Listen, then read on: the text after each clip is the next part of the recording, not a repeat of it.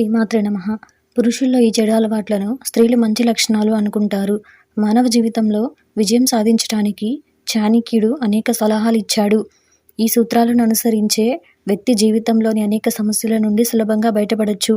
చాణక్యుడు తన చాణక్య నీతిలో జీవితంలోని వివిధ అంశాలు, సంబంధాలు, డబ్బు, పని, శత్రువులు, స్నేహితులు మొదలైన వాటి గురించి ముఖ్యమైన సలహాలిచ్చాడు. చాణక్య నీతిలో చాణక్యుడు విజయానికి సంబంధించిన వ్యూహాలను మాత్రమే కాకుండా సాధారణ జీవితానికి సంబంధించిన లోతైన రహస్యాలను కూడా వెల్లడించాడు. దీని ప్రకారం పురుషులు కొన్ని చెడు అలవాట్లు ప్రస్తావించాడు, కానీ స్త్రీలు ఈ అలవాట్లను మంచి లక్షణాలుగా భావిస్తారు. ప్రేమ గుడ్డిదని, ప్రేమకు కళ్ళు లేవని అంటుంటారు. ఎందుకంటే మీరు ప్రేమలో పడినప్పుడు మీ భాగస్వామిలోని సద్గుణాలను మాత్రమే చూస్తారు, ప్రేమలోని లోపాలను చూడలేరు. పురుషులు ఈ అలవాటును స్త్రీలు ధర్మంగా భావిస్తారని చాణక్యుడు చెప్పాడు. అయితే ఒక్కసారి ప్రేమలో చాలా దూరం వెళ్ళాక అసలు నిజాలు తెలిసి గొడవలు మొదలవుతాయి. ప్రేమలో పడిన మొదట్లో ప్రేమే ఎక్కువగా ఉంటుంది. రాను రాను రియాలిటీలోకి వస్తారు. ఒక మనిషి తాను ఇతరుల కంటే గొప్పవాడినని చూపించడానికి ఎక్కువ డబ్బు ఖర్చు చేస్తాడు, కానీ స్త్రీలు దానిని ఒక వ్యక్తి నాణ్యతగా తీసుకుంటారు. వారి ప్రేమికుడు చాలా ప్రతిభావంతుడని భావిస్తారు.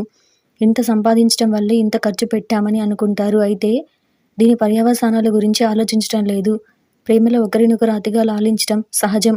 పురుషులకు ఈ అలవాటు ఎక్కువగా ఉంటుంది. మహిళలు దీన్ని ఇష్టపడతారు, కానీ ఈ విషయం అలవాటుగా మారితే చివరికి సంబంధాన్ని నిర్వహించడం కష్టమవుతుంది. పురుషులు తమ భాగస్వాములను ఎక్కువగా చూసుకోవడం తర్వాత జీవితంలో మహిళలకు సమస్యగా మారొచ్చు. ఒకరిపై ఒకరు శ్రద్ధ వహించడం మంచిది, అతిగా లాలించడం కూడా మంచిది కాదు. లైఫ్లో విజయం సాధించాలంటే కష్టపడి పనిచేయాలి.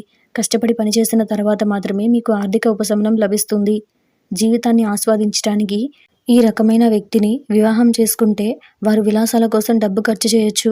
అలాంటి విజయవంతమైన పురుషులకు మహిళలు తమ హృదయాలను ఇస్తారు, కానీ కొన్ని రోజుల తర్వాత ఆ పురుషుడు మీకు కూడా టైం ఇవ్వడు. అప్పుడు ఒక్కో విషయం అర్థమవుతూ ఉంటుంది. తరచుగా పురుషులు వారి వృత్తి లేదా పని కారణంగా వారి భార్యలకు సరిగా సమయం ఇవ్వలేరు.